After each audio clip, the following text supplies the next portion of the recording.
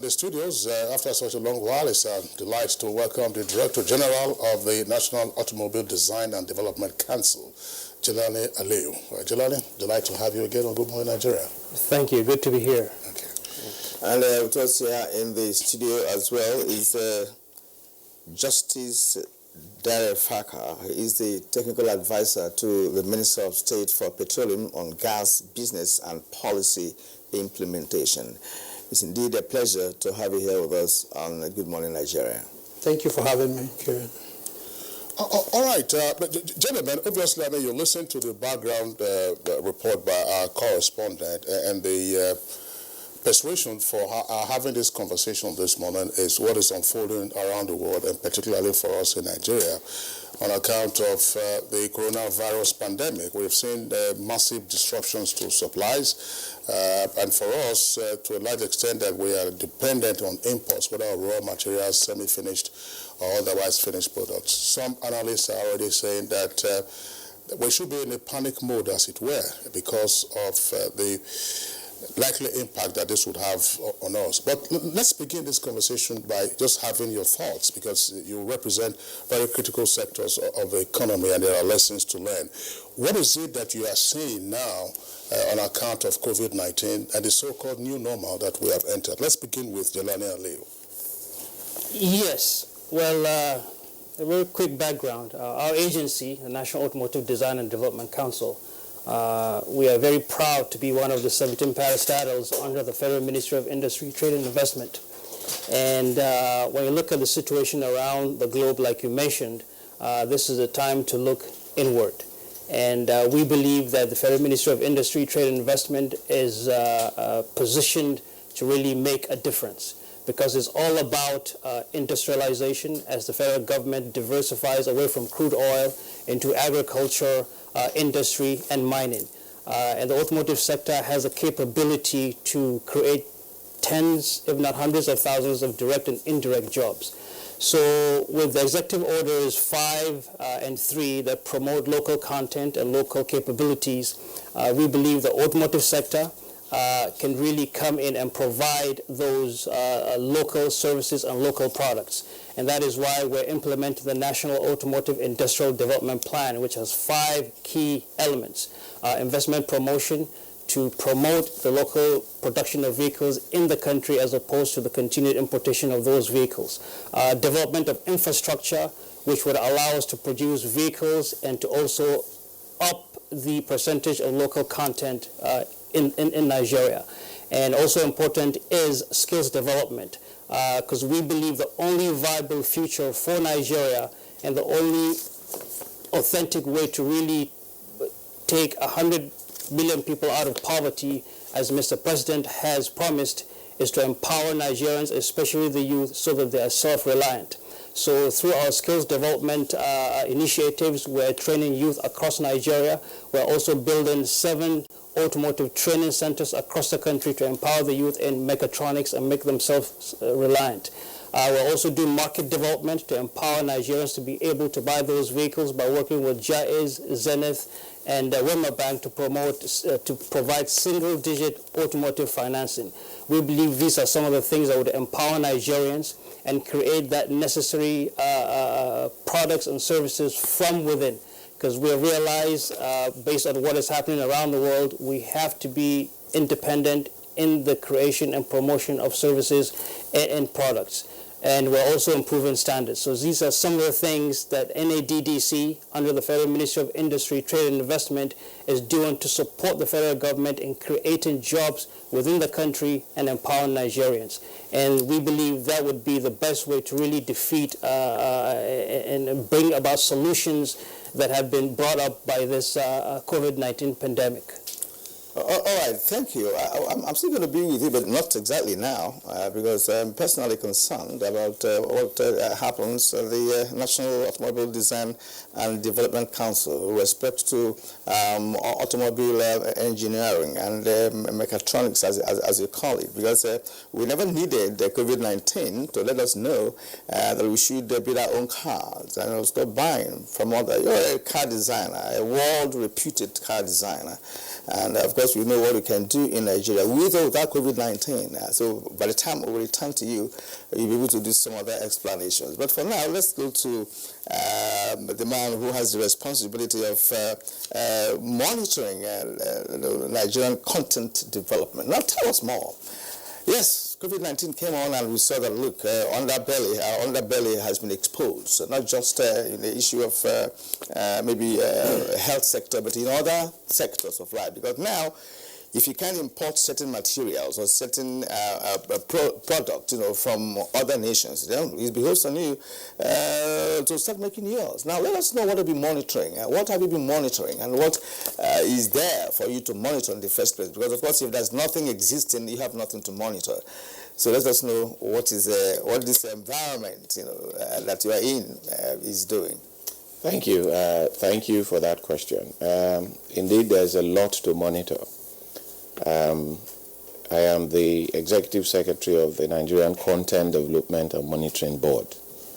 The law was established in 2010. We did not wait for COVID-19 to establish the local content law in the oil and gas sector. Primarily maybe because the sector has been around for quite some time, more than 50 years. And we realized, as being oil practitioners ourselves, realized that there has been a lot of capital flight over the years, over the 50 years. Almost $350 billion had left the shores of the country for the past 50 years because we did not exploit the value chain within the oil and gas industry for quite some time. So discussions started sometime in the Obasanjo's administration as to how are we going to claw back this capital flight and loss of jobs.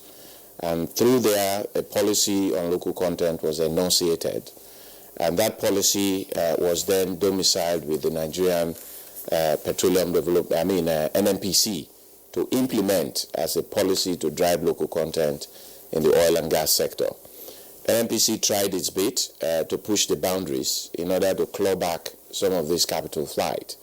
And in 2010, a Local Content Act was enacted specifically for the oil and gas industry. Prior to the act, less than 5% of all activities, be it welding, be it employment, be it money that was spent, was taken out of this country.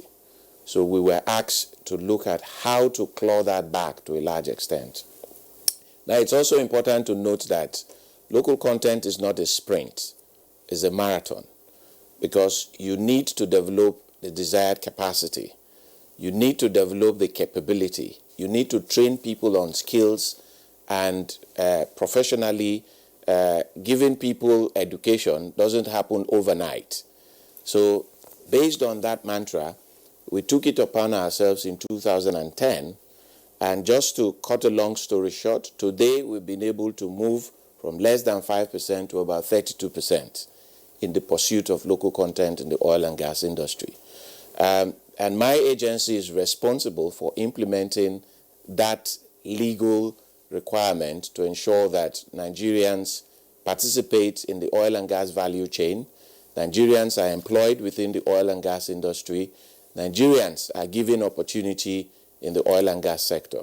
So in summary, if you look at it in terms of successes that we have achieved in the oil sector today, most of the international oil companies are headed by Nigerians. Today, the MD of Shell is a Nigerian. The MD of NLNG is a Nigerian. I spent 26 years in the oil and gas industry and was a director of Shell. When we joined as young engineers, we had no aspiration to become directors because there was a cap for Nigerians. But with the push and pull in the oil and gas industry in local content, today we're primarily almost dominating the business in the service sector and also in the upstream sector. So there has been tremendous achievement, and there's a lot for us to monitor. Now, talking about the COVID-19 pandemic, what it has only done is to enable us accelerate our processes in order to achieve a lot more.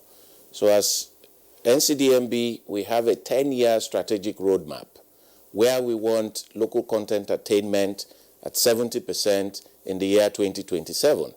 This was thought through debated, and then we set that benchmark, and we are governed by the Local Content Act.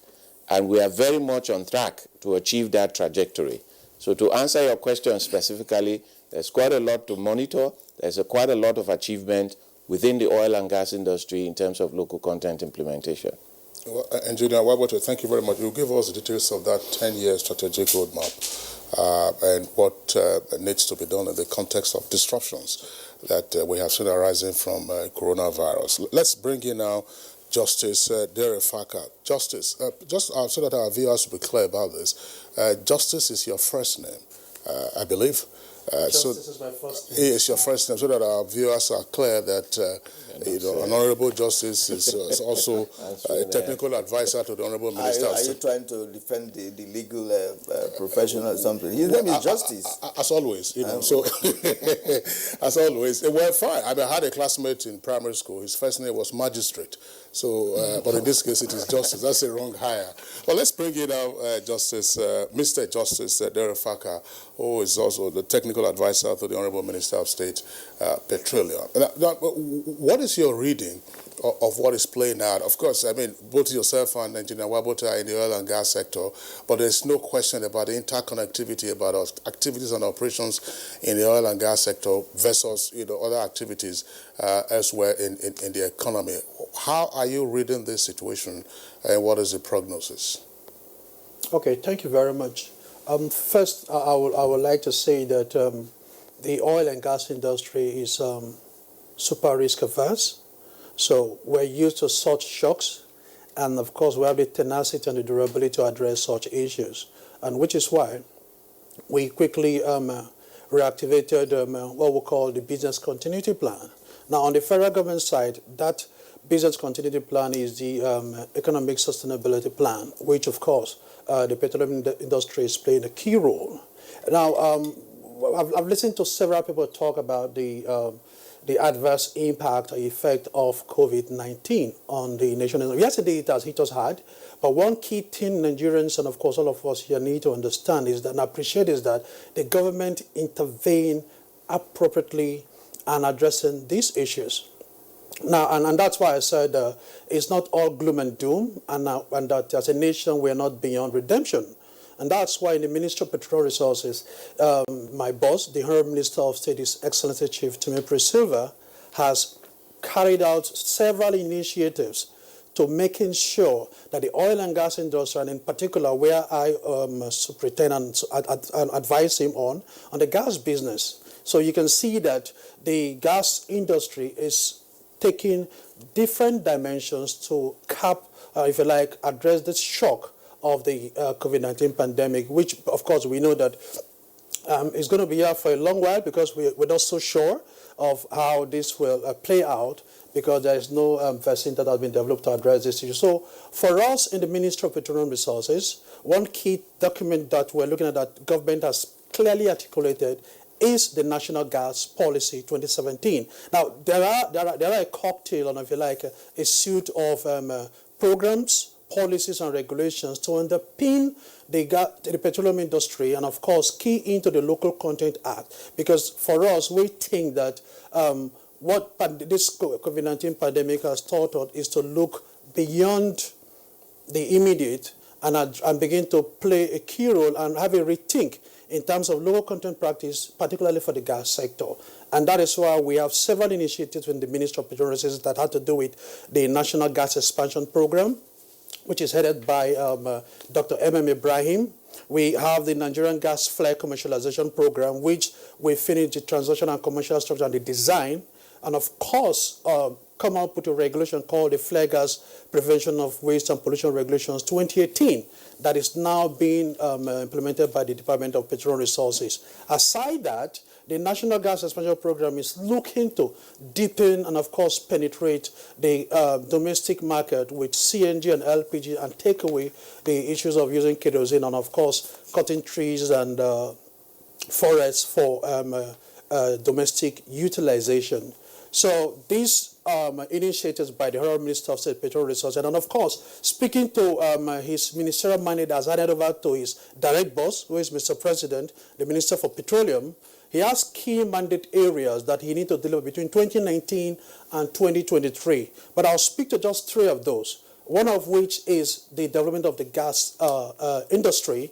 And the Honourable Minister is looking to do this to, number one, address infrastructural deficit, issue of gas pricing, issue around sanctity of contract, creating an enabling environment for investor-friendly businesses to thrive, addressing issues of pipeline vandalization. So if you look at this one, and then the second one the Honourable Minister is focusing on is exploration in the inland basin and, of course, offshore to increase what we have in this country as abundant gas resources up to 203 trillion cubic feet of gas. So I will stop here now, and then I will come back with further information on that. Yes, I just like what you just mentioned, the 203 trillion cubic meters of gas that Nigeria has, which is a great deal of quantum of gas that we have that is drastically underutilized for so many years. And you have railed out all the new plans put in place to get this done. But we'll come back to you. We will be doing further explanations on how this value chain can be explored and exploited to the benefit of Nigerians. Now, let's back to the Director General of the National Automobile Design and Development Council. Now, Kingsley, I used to think that such an establishment should actually be under the Ministry of Science and Technology. We're talking about automobile design and development. So I don't know, I may be wrong, but that's where my mind is going. Because you're always passionate about science and tech. No, not necessarily passionate. But in this case, there's no satellite involved. No, we were talking about we're talking about automobile, because it's an engineering format, right? Talking about automobile design and, of course, development, right? So if it's automobile, then of course we're talking about machinery, or that has to do with the automobile. I mean, that we use either it's a car or vehicle or whatever kind of machine that is used to aid production. Now, I want to ask you this, Jelani Aliyu. Let Nigerians know what the development, the council is up to with respect to developing indigenous automobile. I know that a number of Nigerians have been involved in local production, perhaps not 100%. We know Innocent, there are others who are also involved. You may have a better knowledge of that. And what has happened over the years is that there is this poor patronage of such products, which perhaps maybe 40-60%, as case may be. Nigerians don't patronize them, even at the governmental level, where those in power should be shown example of what we should do. Remember when Order 5 came up, right? So we're talking about local content initiative of Mr. President, and that has to actually translate, into ensuring that what we do, if it's possible for us to get our things done 100%, we will do that. Now, in this connection, where are we with respect to articulating our own local automobile engineering? You, as a reputable automobile designer, has a lot in your kits in terms of knowledge, capacity, and capability, which you can also transmit, to other Nigerians. Well, we talked about training and all of that. So where are we in this? Because it worries me when we import a lot of cars that have no either assembly plant or either, not to talk of factory. But if you go to Asia, like Indonesia, Malaysia, even South Africa, many car or manufacturing companies don't import the products unless they have automobile factories or assembly plants in that country. So if we were talking about local content and someone is just, bringing in finished products and we're paying for it, where are we going to start from? Yes, that's really a very, very important and very crucial question that you brought up. Let's ask ourselves, what is it all about when you talk about automobiles and logistics and mobility? At the end of the day, it's really about empowering the individual or the family. It's about providing that means of transportation to move those kids from A to B, to take them to school, to go to market, to enable life, put smiles on people's faces by mobilizing them. So when you talk about the automotive industry, there are certain ways to achieve that objective. When you look at the history of the automobiles, back to the days of the Model T, Ford, when he came up with mass production, it enabled cheaper mobility and put America on wheels. The way vehicles were produced in those days is different from the way they are now. Back then, Henry Ford practically developed and manufactured every nut and bolt on that Model T. Since then, the industry has evolved, whereby you have the main OEMs, original equipment manufacturers, and you have suppliers of the different components that come in to make those vehicles. Any one vehicle has thousands of components that go in to make that vehicle. So, a little bit of history. Nigeria in the 70s and 80s, we had Peugeot, Anamco, Volkswagen, and we were producing about 140,000 new vehicles per year in the 70s and 80s. And then something happened that was beyond Nigeria's control. The price of crude oil dropped from $27 down to below $10 per barrel. It affected our economy negatively, and most of those companies had to close down because Nigerians could no longer buy new cars. And that is how these used cars began to come into Nigeria. So the NAIDP that we're implementing, and we've been implementing it for a couple of years, is to resuscitate the automotive sector. And since those efforts started, about $1 billion has been invested in Nigeria by a number of companies who are producing and assembling vehicles in Nigeria. Dangote Sino Trucks, Nissan, Innoson, and a number of other companies. So as of today, there are vehicles that are assembled and produced in Nigeria. Our Honorable Minister just early this year unveiled a number of these vehicles that are made in this country. So significant progress has been made in terms of producing and assembling vehicles in Nigeria. So, but we're not stopping there. At the end of the day, we have to be in a position to be part of the design and development phases of automobiles. And that is why NADDC is currently developing, we're designing and engineering 2 Nigeria-specific vehicles that would be in tune with our culture, climate, terrain, and economic structure. We can't show that to the world now, but we are working on them, and as soon as they're ready to be unveiled, Nigerians will see what Nigerians can design and develop. They're in progress. At the same time, like I mentioned earlier, we are empowering thousands of Nigerians, because we believe, like I said, the only viable future for Nigeria is the one where the youth are empowered and are self-reliant and are creative and innovative. So we're building 7 automotive training centers, 1 in each geopolitical zone, and the 7th here in Abuja, to empower Nigerians in mechatronics. What we hope to do is not just teach them in how to, fix a broken fan belt, but to enlighten them in some of the latest automotive technological systems, because vehicles now are basically computers on wheels. So we hope that these centers would be advanced locations where Nigerians, especially the youth, would learn advanced automotive technology.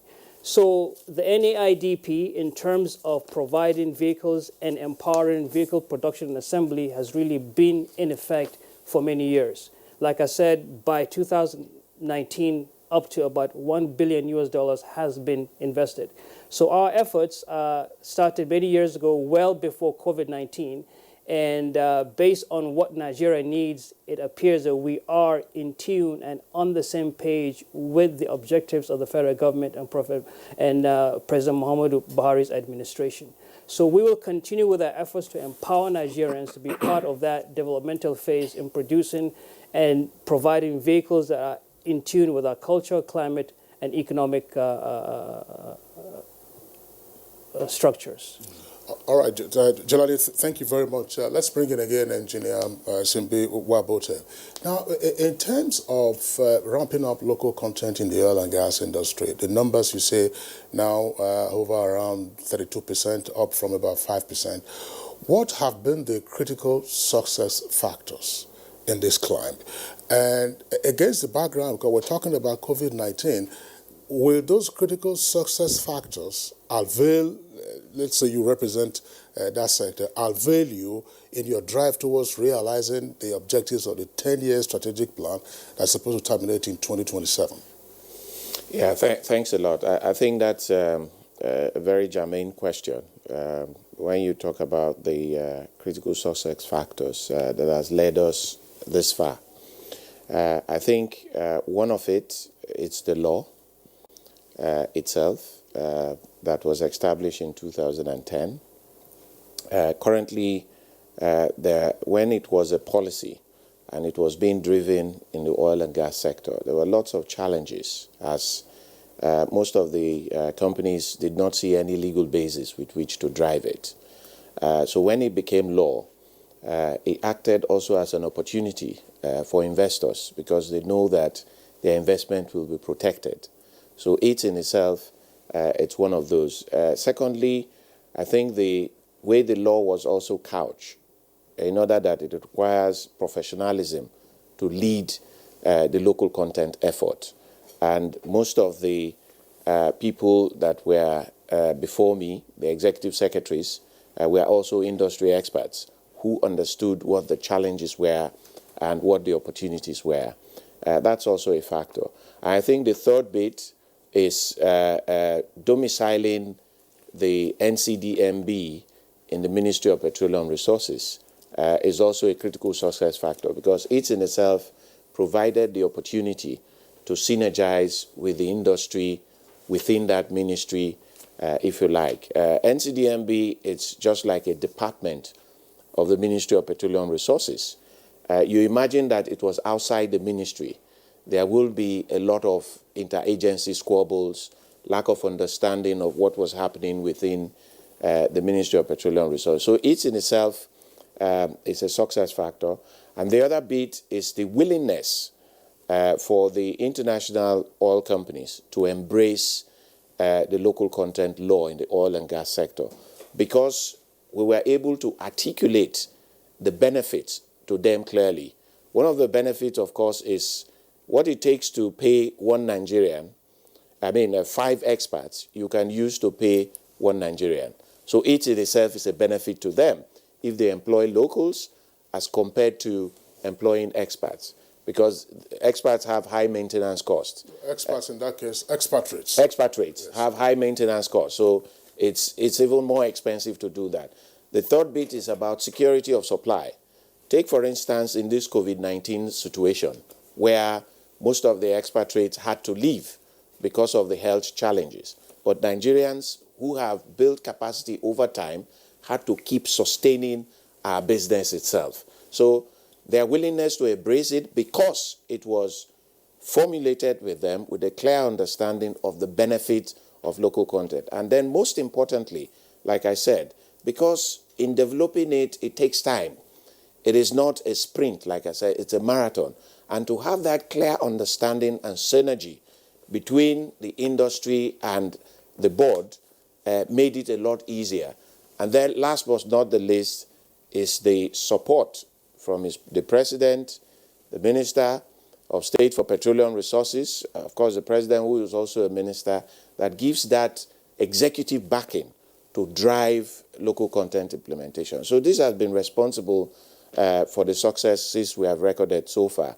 And I think if that continues within that trajectory, we are very much on track to achieve our 70% attainment in the year 2027, because that strategy is hinged on 5 strategic pillars, which of course is capacity building and development.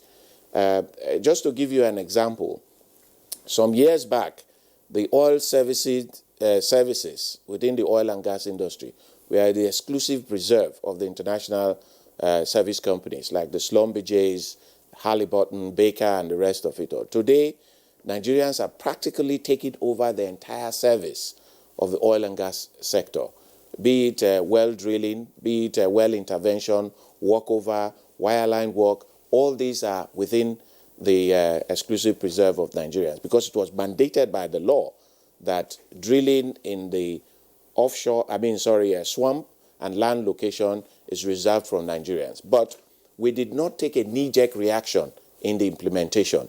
We set timelines, and a trajectory with which we got to that point. So this has also helped us. We've built enough capacity. We've built enough capability. We have also aligned with sectorial linkages in order that, just like my friend was talking about automobile, there are other sectors of the Nigerian economy that we are very much in line with in order to achieve a 10-year strategic objective. So it's clearly thought out. It is there for everybody to see, and it is conscientiously implemented. I give you an example. 2 days ago, we had a clear review of our path to achieving that attainment with KPMG to take an audit of how we have performed for the past 2 years. And I can tell you that we are almost 96% in terms of going through that trajectory to achieve 70% in 2027.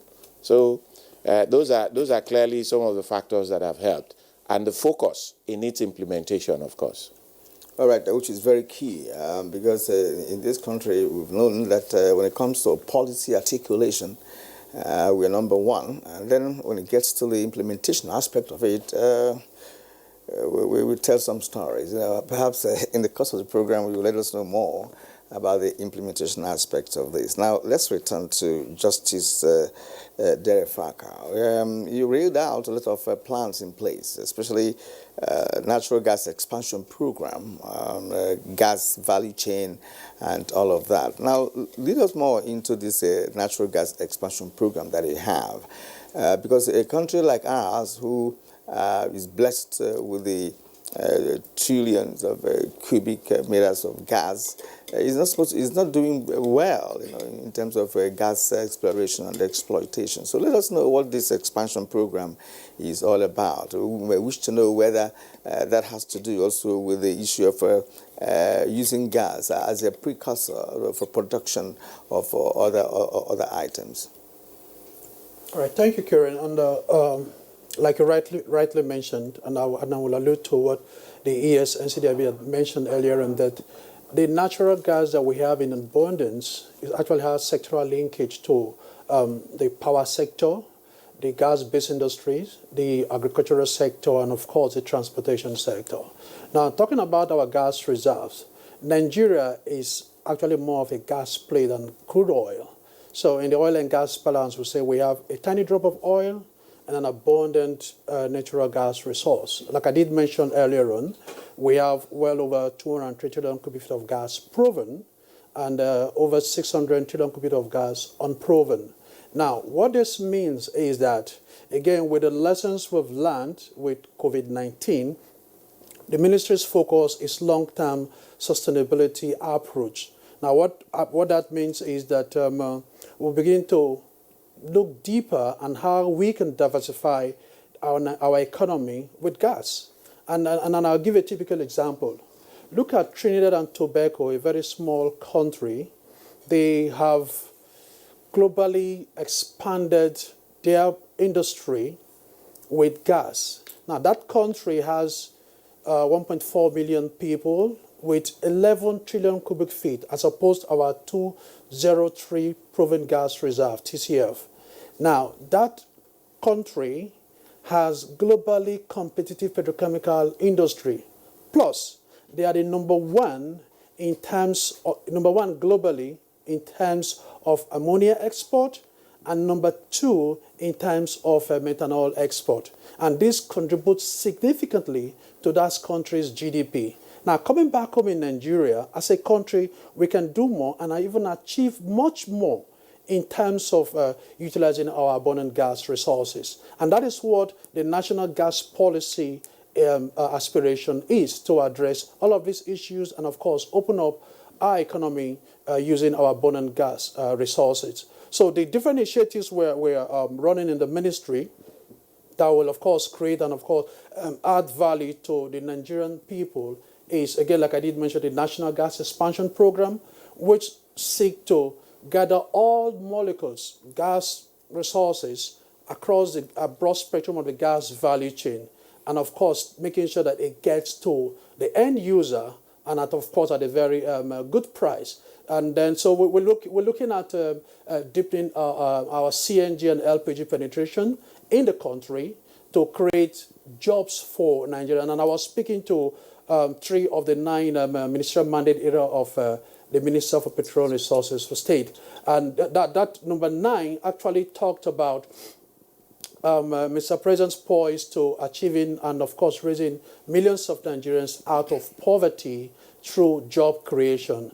Now, for job creation, I'll give you some numbers, what the national gas policy has achieved, working again with the oil and gas major producers, the indigenous producers, and of course what NNPC is doing with the 7 critical gas development projects. So talking of numbers, 2 days ago, or day before yesterday, Mr. President flagged off the Ajaukuta Kaduna Kanu gas pipeline project, a 614-kilometer gas pipeline that will unlock about 2.2 billion cubic feet of gas per day. Now, what that will do for the country is that it will resuscitate over 232 industries that went dead as a result of power crisis. For instance, over 3 million jobs were lost in Kaduna as a result of power crisis. So this is what the AKK pipeline, along the different corridors to straddle through, including Niger State, will build up and, of course, create jobs. It will spark up industries, the fertilizer, the methanol, and, of course, the agri-based industries as well. And it will create massive employment for the Nigerian people. Now, another thing the AKK gas pipeline project does, that it gave birth to another AKK project, and that is the Abuja Kaduna Kanu independent power plants that will, of course, along those corridors spring up industries and create jobs for Nigerians. So in a nutshell, I heard you mention earlier on that Nigeria is good at policy formulation, articulation, and framing, and implementation is a problem. I haven't seen that in the Ministry of Petroleum Resources, because what we do in the Ministry of Petroleum right now, today, is that we are aggressively pursuing the implementation of the national gas policy. And recently, the Honourable Minister inaugurated the sector-wide committee to review the gas present in the country. And the whole intent is to see that gas becomes available to the Nigerian people at an affordable and competitive price. Earlier this year, the Honourable Minister commissioned one of the deficit area in the gas sector, which is the National Gas Transportation Network Code. And that has been long overdue. And that is the, of course, the New Year gift the minister gave to the industry, which address integrity issues, metering, transparency, and of course, give investor confidence to come and invest in the country. Now, another area I'll speak to, then I'll wait and then take further question, is that, remember, the minister declared this year, 2020, the year of gas. And there is no iota of doubt that, indeed, this is the year of gas, looking at all the different gas development activities that are taking place in the country. Thank you. Thank you very much. Year of gas in spite of coronavirus, I believe. Indeed. That's right. Okay, now let's return to Jelani Aliu. Jelani, tell us something. I mean, in outlining the major pillars of your focus, you talked about investment promotion, development of infrastructure, skills development, and market development. All of these are crucial. But I was just wondering, and I should make the presumption as well, that you have a big picture view of the automobile industry.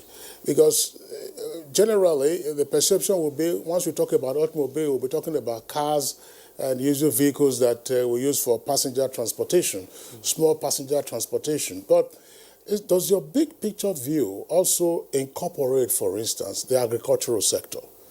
Let's say, are we on a course to say, look, we'll be in a position to develop our own tractors and trucks for logistics, and then, of course, ultimately for defense purposes. I mean, those tanks and other military trucks that we see elsewhere around the world, they come from the automobile industry.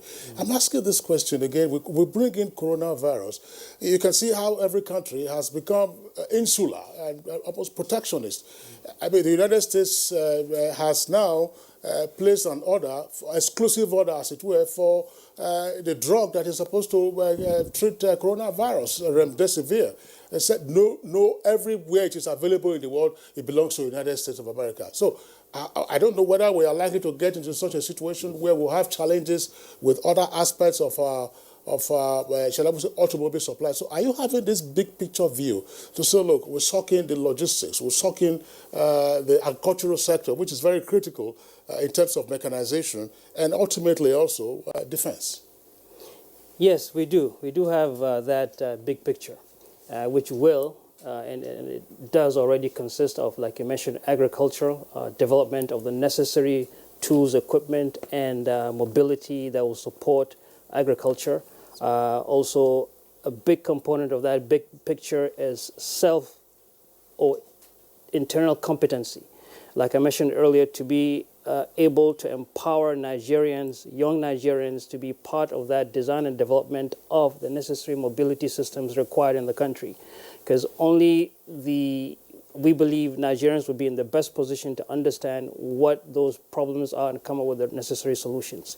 Another component of the big picture is vehicle electrification. That is migrating from vehicles that use petrol and diesel into vehicle electrification. And also, I may say, into vehicles that are powered by CNG and LNG.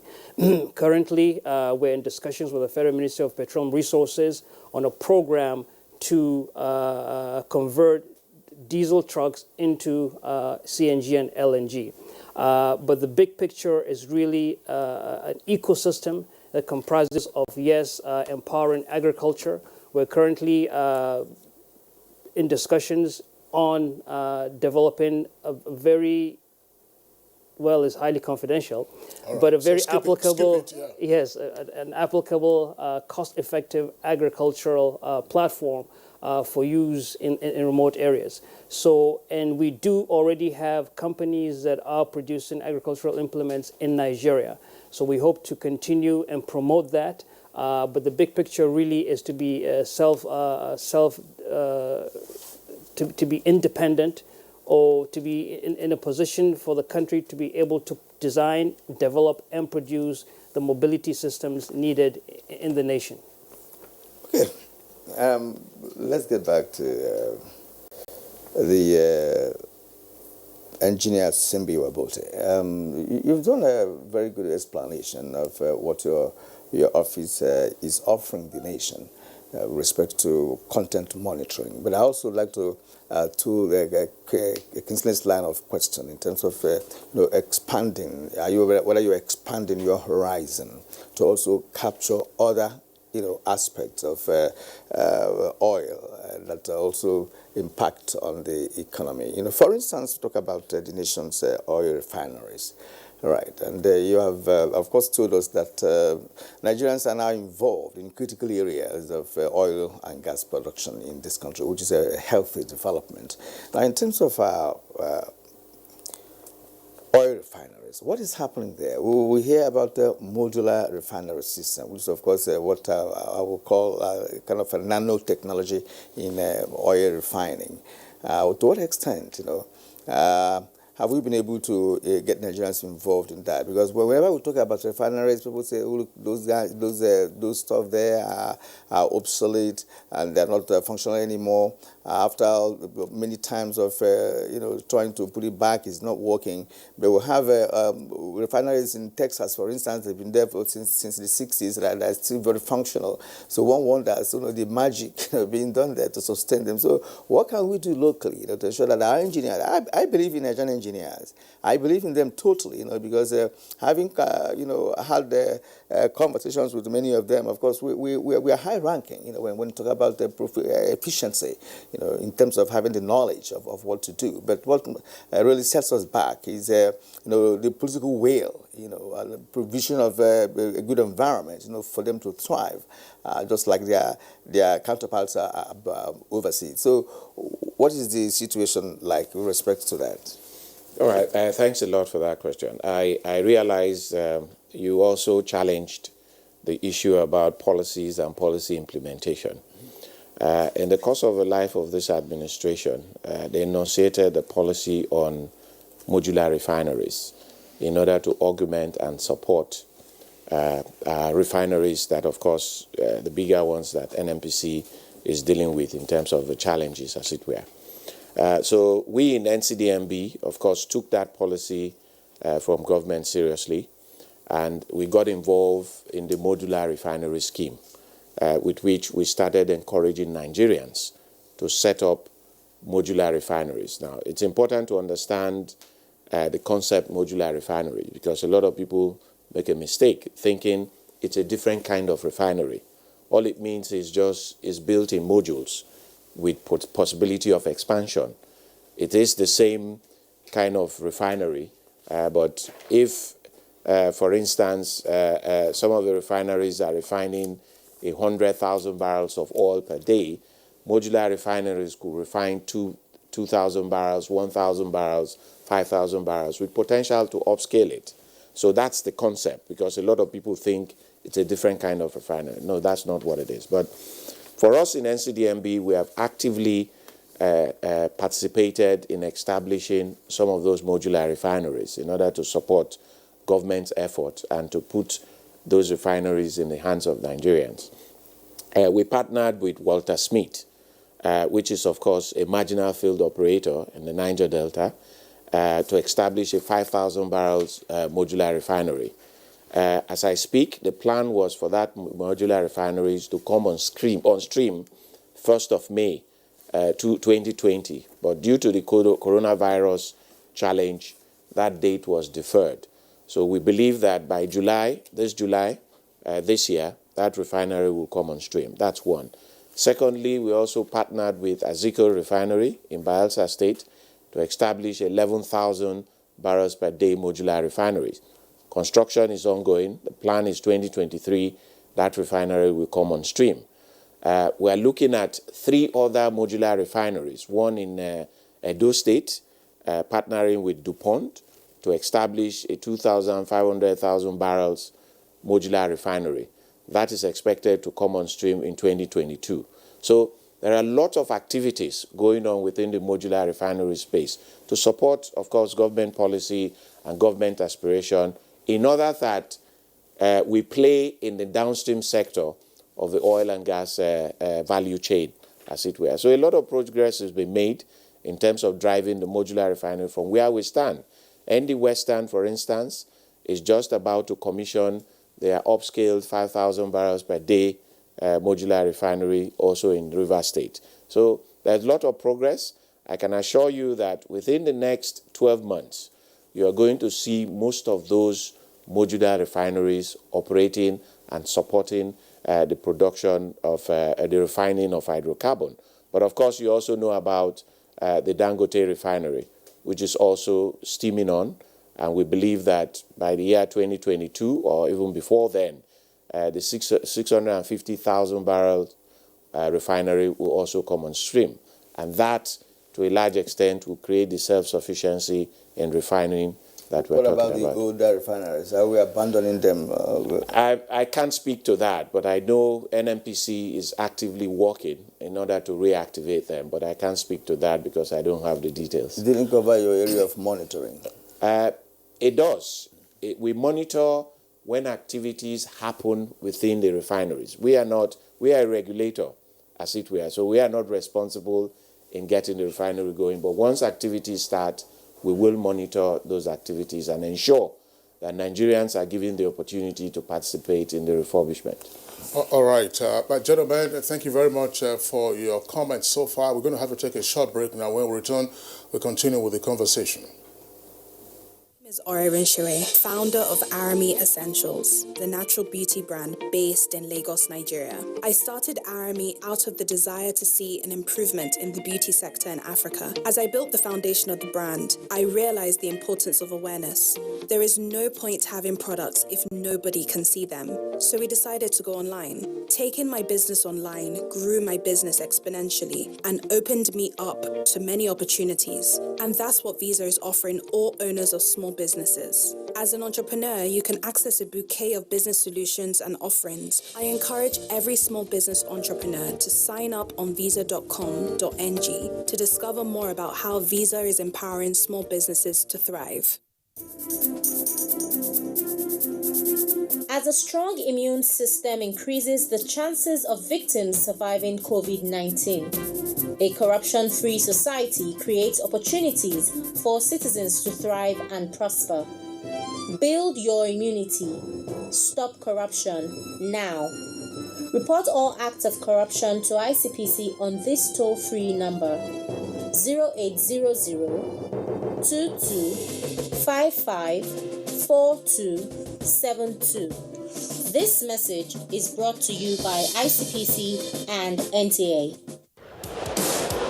Manchester United welcome Bournemouth to Old Trafford as they look to continue their decent start to Project Restart. Will they take all 3 points, or will Bournemouth throw a spanner in the works? Find out this Saturday on NTA from 2:30 p.m. as Manchester United take on Bournemouth on Premier League Live. Premier League Live is brought to you by Axis Bank and Babai Jebu. We have observed the lockdown. We have practiced the measures in order to curb the spread of the virus, but we can do better. The coronavirus spread is increasing daily, and only together can we cut down the numbers and defeat the spread of the virus. Remember, COVID-19 is not a death sentence, and a recovered patient cannot spread the disease. Do not stigmatize. Do not hesitate to report any case, or if you have come in contact with anybody that has been infected with COVID-19. If you have cough and fever, please stay at home and call your state hotline. Find state numbers at www.covid19.ncdc.gov.ng. Remember, it is for your own good and for the good of every Nigerian. Let us do better and defeat the virus. Together, we can do this. This message is brought to you by the Nigerian Television Authority, NTA, Africa's largest television network. All right, you're welcome back, and it's still Good Morning Nigeria live on the network service of the Nigerian Television Authority. Let's return to our guest now. Mr. Justice Derifaka, you've spoken extensively about how the gas master plan is being implemented and all of that, and in particular the AKK, which was flagged off a couple of days ago by Mr. President. Now, tell us something. How much local content are we seeing in all of this? Okay, thank you. Very good question. I thought that question should have gone to the ESNCDMB. But it's okay. I think I can relate with that. Now, if NNPC is the agency running this, and so what we know in terms of the contracting is predominantly between Nigerians and, of course, their technical partners overseas. So we have one of the pioneer indigenous companies, OISAF, that is managing the leg from Jaokuta up to Kaduna. And then from Kaduna, we have Bentex, that is in partnership with the Chinese company that is addressing all of this. And predominantly, most of the workforce will be coming in from Nigeria because we have that in-country capacity and capability to address that. And like I did mention, it's a 2.8 billion gas pipeline project, alongside other gas pipeline project that is going on in the country, like the Escravos-Lagos pipeline system number 2, that is going to supply gas to the western part of the country, and of course bring up the industries there. And then in the west, in the south-south region, we have the what we call the OB3, Obiafo, Obricom, Oben gas pipeline project that will address those. So the AKK project, again, like I did mention earlier on, will give birth to another AKK, and that is the Abuja Kaduna Kano Independent Power Projects. So local content is deeply embedded in that project. And of course, Mr. President, like he did mention, we cannot afford to fail Nigerians, and that's why the Honorable Minister for State Petroleum Resources is keen in making sure that in record time, irrespective of the COVID-19 pandemic challenges that we have, we put all necessary measures in place and, of course, get this thing to fruition. And I can equally speak to some other gas projects, which the ES will speak to, I believe, in detail. Last year, you remember, after for so long a time, which is way long overdue, we're able to have signed the final investment decision for the NLNG Train 7 project that will generate revenue for the federal government to the tune of about 20 billion. And that same project, in line with Mr. President's job creation mantra, will create 10,000 jobs at the construction phase and 40,000 direct and indirect jobs for the country. And that will move our capacity to about 35% from the current to the 2.5 million metric tons per annum of gas to 30 million metric tons per annum of gas for the country. So you can see indeed that when the minister declared this year the year of gas, it is actually the year of gas. And of course, gas is that fuel for the future that will catalyze and create that enabling environment for the diversification of our economy. Engineer Wabote, you want to elaborate on the local content in the gas sector? Yeah. No, I think just to add to what Justice has said, in constructing a 614 kilometers long pipeline, I'm sure you're aware of the logistics that will be involved in terms of trucks moving back and forth, taking pipes from the port up onto where they would lay those pipes. The quantum of welding that will happen along a 614 kilometer pipeline, that's quite substantial, and enough jobs will be created for Nigerians in that regard. But I think most importantly is also looking at the spin-off through the upstream activities that will happen eventually, because when you build a pipeline of that dimension, probably 48-inch or 54-inch of pipeline, you need to fill it up. And hence, you need to build the upstream activities that will fill gas into that line up onto Kaduna. So it's like he said, building that infrastructure open up other vistas of activities. Just to lash on to that again, just like the Train 7 he also mentioned of NLNG, it's about $5 to $6 billion project, but it in itself will give back to upstream activities that will also provide the gas to Train 7. So you can see about $6 to $5 billion additional investment in the upstream sector. So when you extrapolate that and you look at the Nigerians that will be involved, both directly, indirectly, and the induced effect of local content development, I think we are beginning to creep up to those numbers. When Mr. President says, look, the idea is to create about 100 million jobs over a long period of time. If you aggregate all these projects and you aggregate the potential local content that will be involved in them and the number of Nigerians that will be employed, it's quite a substantial number. Even though we know that the oil and gas industry, technically speaking, is not a high employer of labor, as it were, because of the high technical nature of the industry. But the high-tech labor that it provides will give a lot of jobs to our teeming youths and the rest of it all. Thanks. And I just hope that as the pipelines are being laid now, that we take cognizance of the fact that in due course there could be pipeline vandalism. They're doing the construction, with respect to that, because see, that is part of our problem in this country. Because if you lay the pipes and leave them just as we did in other pipelines laid across the nation, vandalism is encouraged. If there is nothing done to protect those pipes, and all the efforts will be in vain.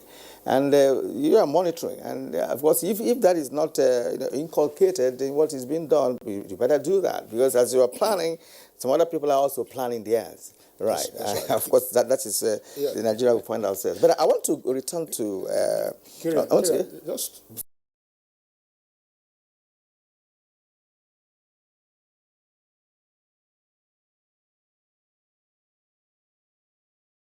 on gas. Gas is vapor. It's vapor. Or like crude oil or refined petrol or diesel. Once you puncture it, you have to, I don't know, let's leave that some for the saboteurs would also, some person may sabotage your effort. That's another aspect of it, to make it not to work. I think technically speaking, I am sure that technology has evolved in terms of smart ways of policing. I just wanted you to differentiate between my role as monitoring and policing.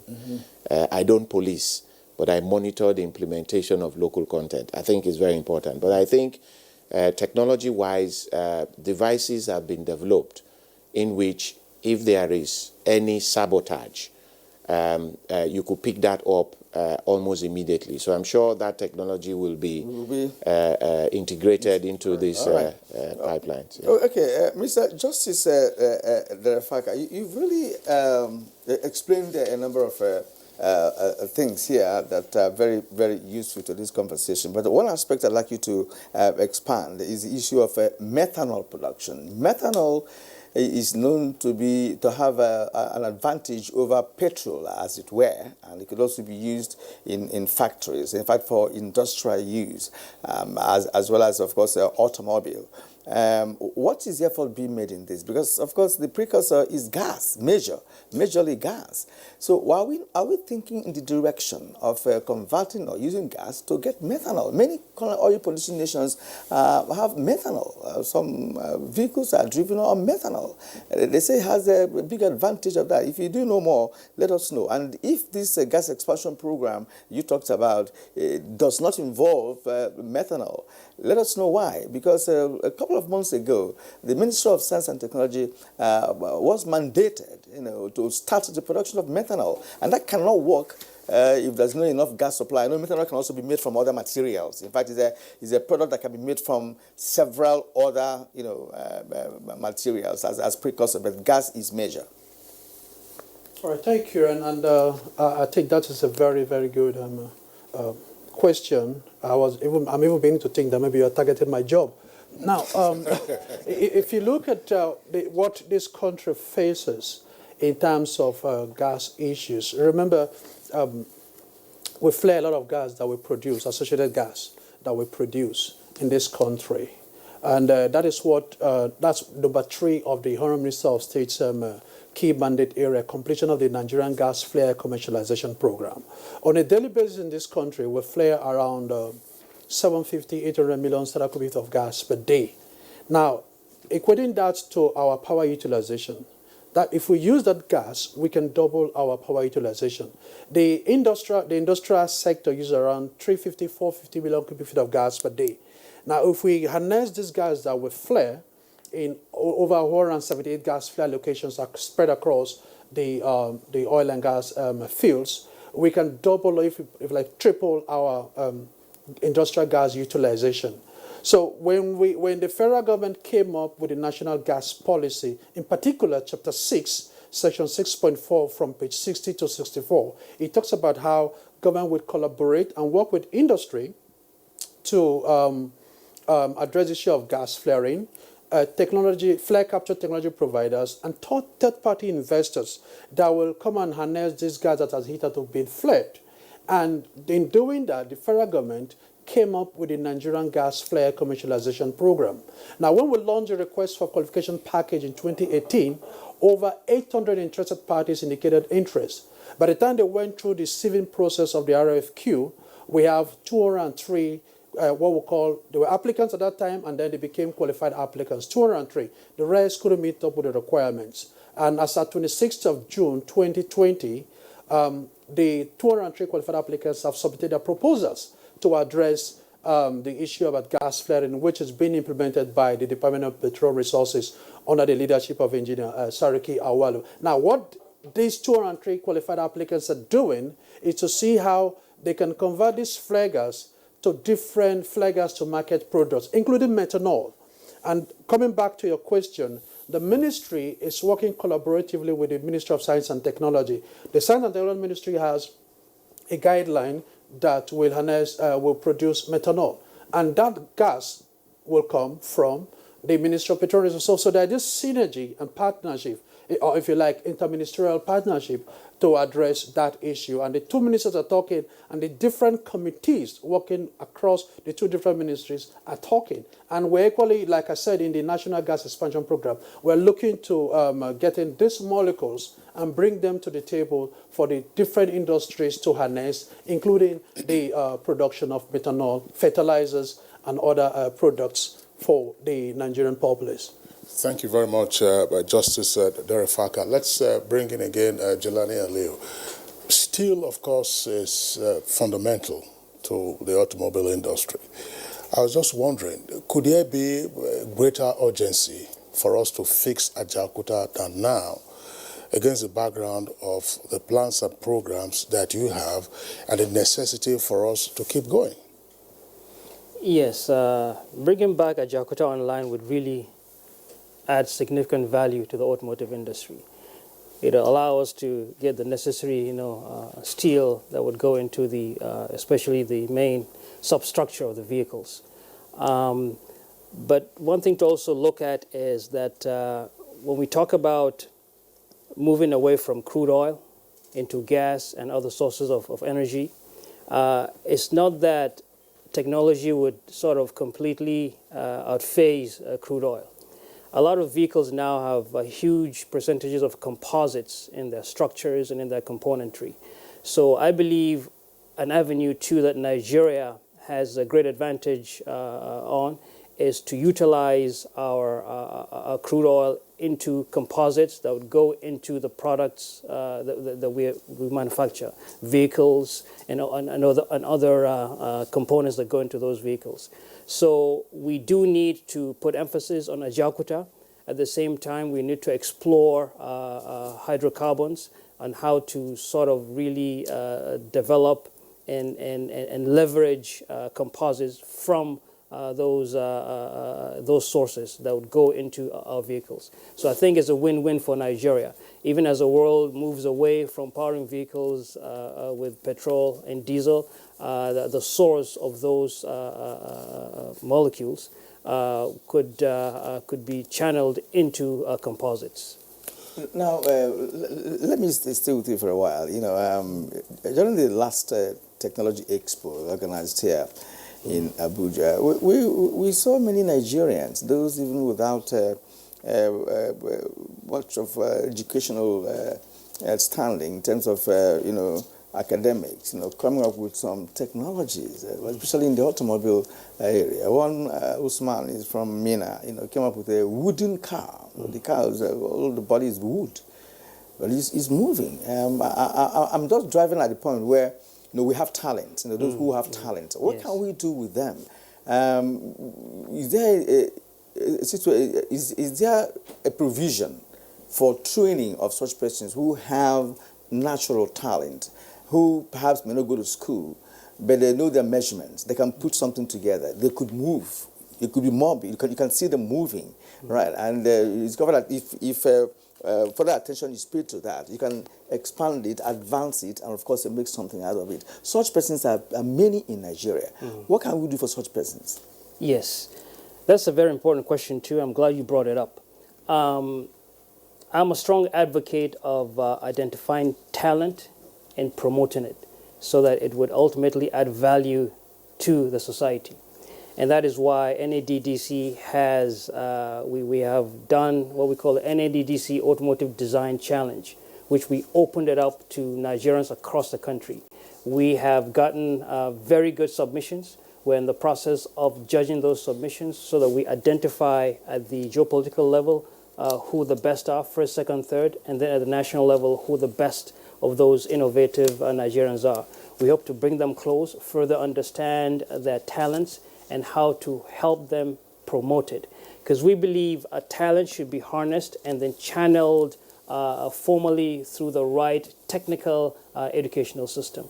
So what we hope to do is identify some of these, the best from around the country, like I said, bring them close and see how best to help them develop their talents, and also see how we can integrate them into some of the research work that we're doing at NADDC. All right, thank you very much. Just before we carry on, before we run through the tweets that we have, I just want Engineer Wabotu to respond to this. But the point has been very well articulated that there are linkages in the oil and gas sector. And in terms of local content, we know that your board has a fund for supporting some of the suppliers, but certainly it would appear that not all the suppliers probably could be in your net. I was just wondering, considering the disruptions that COVID-19 has brought about, and the fact that we keep hearing about interventions usually by the central bank or the Ministry of Finance, are some of the critical suppliers in the value chain, say in local content in the oil and gas industry, also being targeted by these interventions? And if they're not, are you making a case for them? Yeah, thanks a lot for that question. Indeed, the oil and gas sector is not insulated from the COVID-19 pandemic. And the oil and gas sector itself is also not insulated from taking advantage of some of the government policies that have been enunciated. We started the application of that fund in 2017, where we made available $200 million for contributors to the fund to benefit from at single-digit interest rates. 8% was the interest rate that was given to the contributors to assess the fund. As I speak, as of today, about 96% of that fund has been assessed by the contributors. About 27 contractors have benefited from that fund. And we have about almost 120 applicants still waiting, specifically contributors to those funds. Now, it's important to know that that fund is not a government grant. It's a fund that is contributed by the service providers over time. So what we did during this pandemic was to toe the line of the federal government by reducing the interest rate from 8% to 6% as palliatives, and also extending the moratorium period by an additional 1 year in order to give them succor.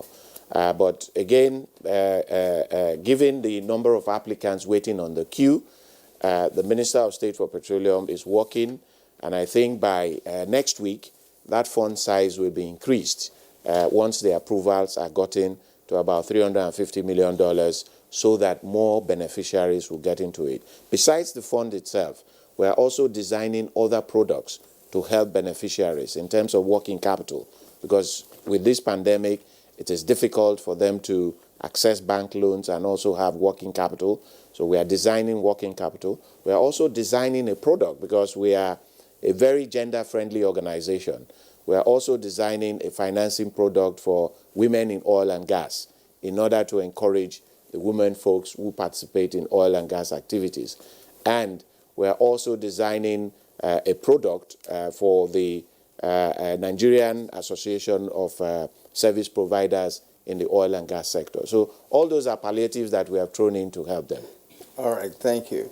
Nigerians are also responding to what we're saying here by way of tweets. So let's look at some of them. From Nwogugu Ikechukwu Sevana said the importance of local content in the midst of the COVID-19 cannot be overemphasized.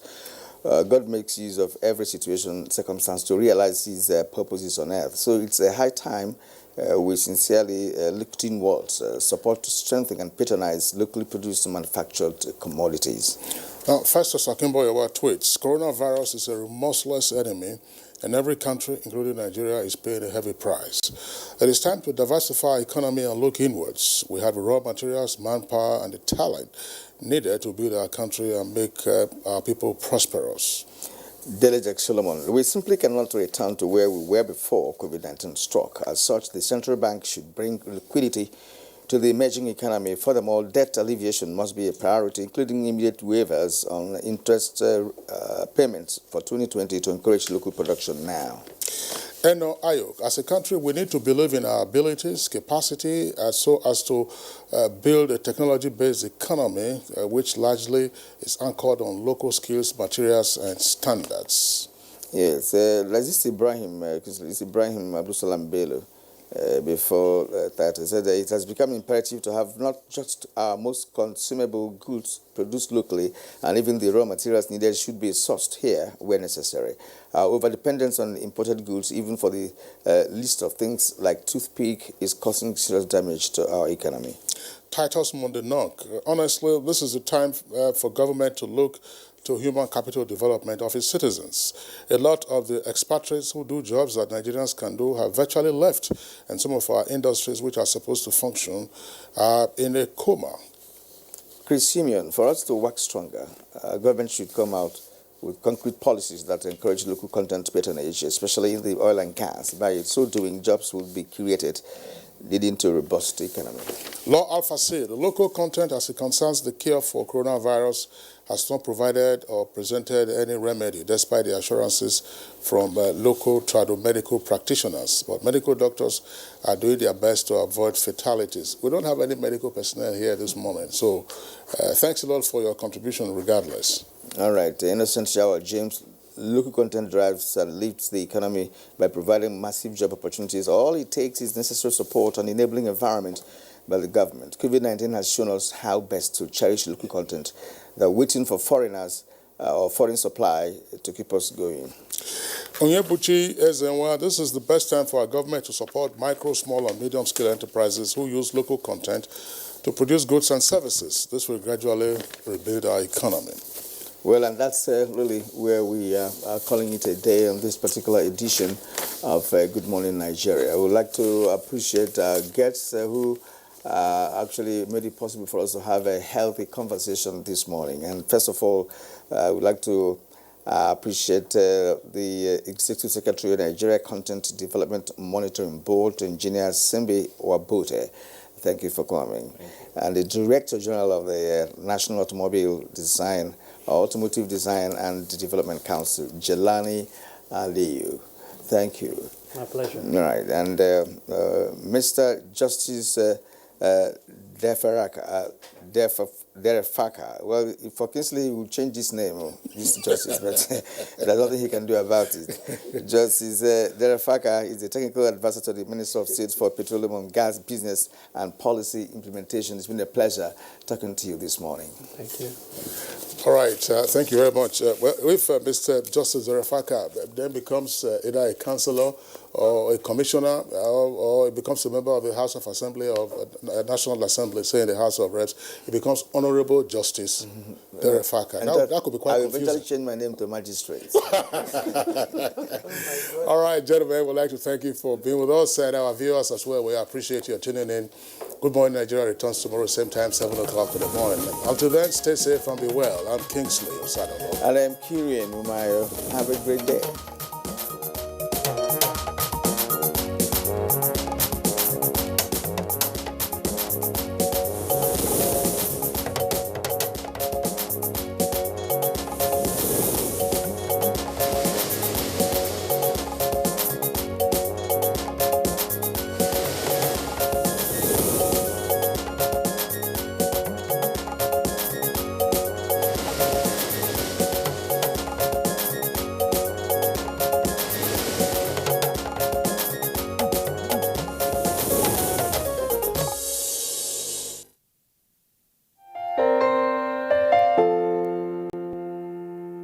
My brother, my sister, papa, mama, and pikin. Corona, no big pass us. We go fight time, we go win. As long as we remember to always do the right thing. Wash your hands, love each other, we go win. Oh. Corona, na the virus, we dey worry human being. E no get Lego, but e dey waka from person to person. But we fit beat time, we fit stop time if we maintain good hygiene and practice social distancing. We go, we know. No shaking hands with your neighbor. Blow them a kiss from afar. Use soap and water to wage war. Let's show this thing who we are. We are special, we're courageous, we are awesome human beings. We dey super, we get power, we can conquer anything. If we hear word and obey laws and exercise discipline. Wash your hands, love each other, we go, we know. If it be like say you know well, like it's something they do you, and you feel say, you believe say, you get to see they do you, and your body no grisogy, like it's something they do you. No let panic finish you, you go, we know. Self-isolate for the sake of all the people that you love. Oh, don't go around spreading rumors, 'cause fake news won't help anyone. You are special, courageous, you're a caged human being. You too much, oh, you get power, you can conquer anything. Only if you hear word and obey laws and exercise discipline. Wash your hands, love one another, we go, we know. My brother, my...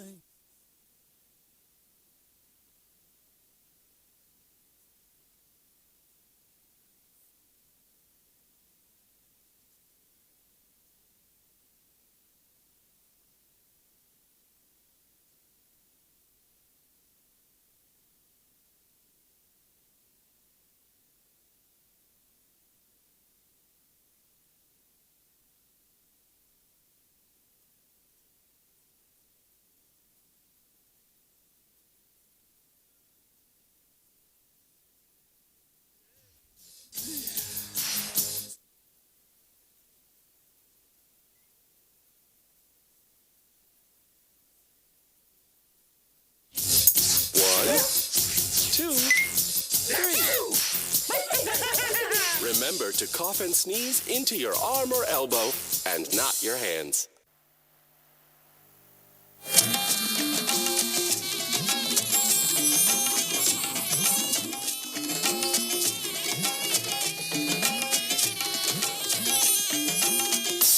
This is the network service of the NTA.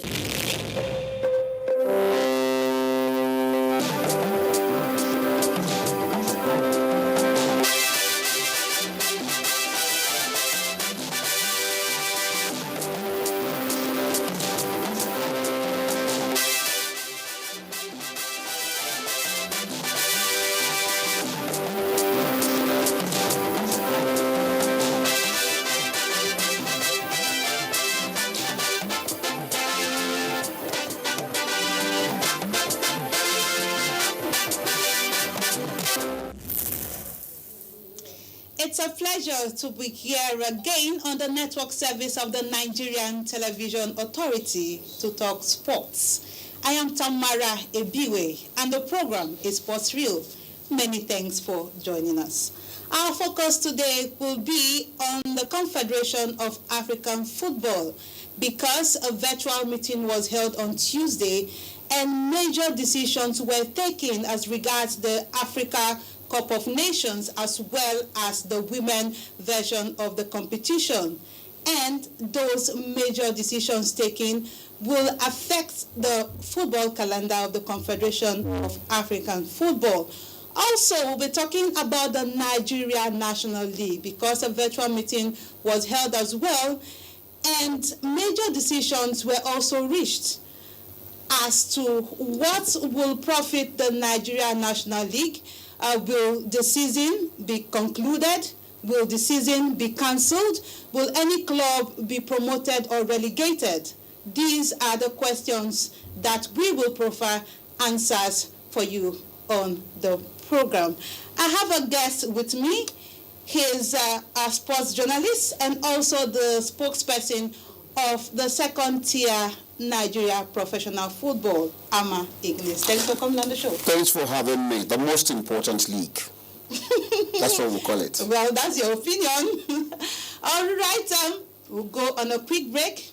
Do stay tuned. Glad to have you back. Now, the Confederation of African Football has resolved that the Africa Cup of Nations that was earlier scheduled for 2021 will be postponed to January 2022. Also, the African Nations Championship, talking about CHAN, that was scheduled to hold earlier will now hold in January 2021. And also a major change has come for the semi-finals of the CAF Champions League and the CAF Confederation Cup, because this time it will no longer be on home and away basis. It will be just one leg. And the one that has been troubling me is the cancellation of the 2020 Africa Women's Cup of Nations.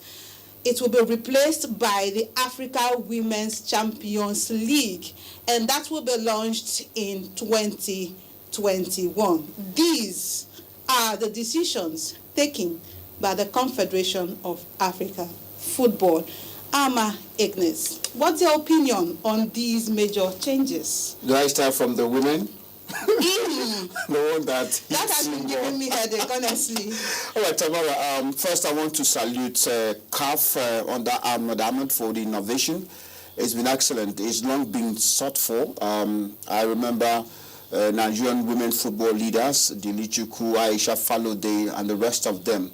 They've been on the verge of seeing women not only play their national domestic league, but they want to see them go beyond playing that. Little wonder you see most of them when they go to the world at the youth championship, under 17, and the senior women's World Cup. They hardly do well. So this is a good propeller for me, if you ask me. Let's give them huge kudos for accepting to bring on the CAF Women's Champions League, the CAF Women's competitions. It's wonderful for me. At least our girls will get busy. It will give them more playing time. That they need to see what it looks like. Not just playing at home, but playing beyond the shores of their country before facing global competition at the world level. Now, the question is, the women's league on the continent generally is not too competitive. Because if you want to look at the countries that owns professional football leagues that are active, you will begin to ask questions like, what does this Women's Champions League tend to achieve? For example, let's come back home, the Nigeria Women's Premier League. We all know what is happening, and Nigeria is seen as one of the powerhouses of women's football on the continent. So at the league level, if we have our league facing lots of challenges, where we get to see abridged leagues year in and out, I wonder how they are able to prosecute continental games with the Champions League. First, you know what we have in this part of the world is that government own majority of the clubs. That's why a lot of people are on the suggestion that we must encourage privately owned clubs. Even if you look at our Premier League, at the NNL, and the Nationwide League, you notice that a few private people own the clubs. You know, we have had major clubs like Ufoma Babes, Omidiro Babes, and of course Pelican Stars. These are some of the Pelican Stars are owned by the Cross River State government. The former Babes were privately owned. And we also have a lot of beautiful tours. We also have a lot of other privately owned clubs. We need to encourage them. You know, when our Premier League started, we did not start with the large number that we have now. We have grown. Like you rightly pointed out, Nigeria is foremost when it comes to encouraging women football from the grassroots, from the cradle. And that's why you can see that for many times our players won African Women Best Player of the Year, you know, the likes of Perpetua Nkwocha and, of course, Mercy Akid and the rest of them. So we have continued to dominate. We were closed up by Ghana and Cameroon. So I think that we need to start from a small number before we grow. I think what CAF is doing needs encouragement. I know that it's not going to be a large retinue of teams coming to compete. They will set up modalities, and I'm sure that the modalities are being worked by CAF to see how. The idea is to encourage it, because it's like you're running a league without a domestic league. You have to start from the cradle.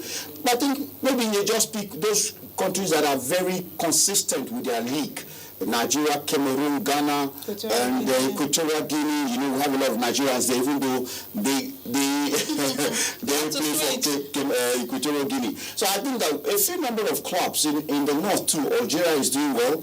You know, Egyptian women. With that, it brings in more competition, and it gives them more job and more money too. And of course, it puts the administrators at work to see how they can do it beyond the shores of their countries. All right, let's hope that it turns out the way CAF has expected, but I still have my reservations about the Women's Champions League. Well, my opinion anyway. Let's talk about the CAF Champions League and Confederation Cup. It's now going to be a one-leg affair. That's another great innovation for me, because I've always been one exponent who has seen reason to say, why must we play home and away, even in the finals?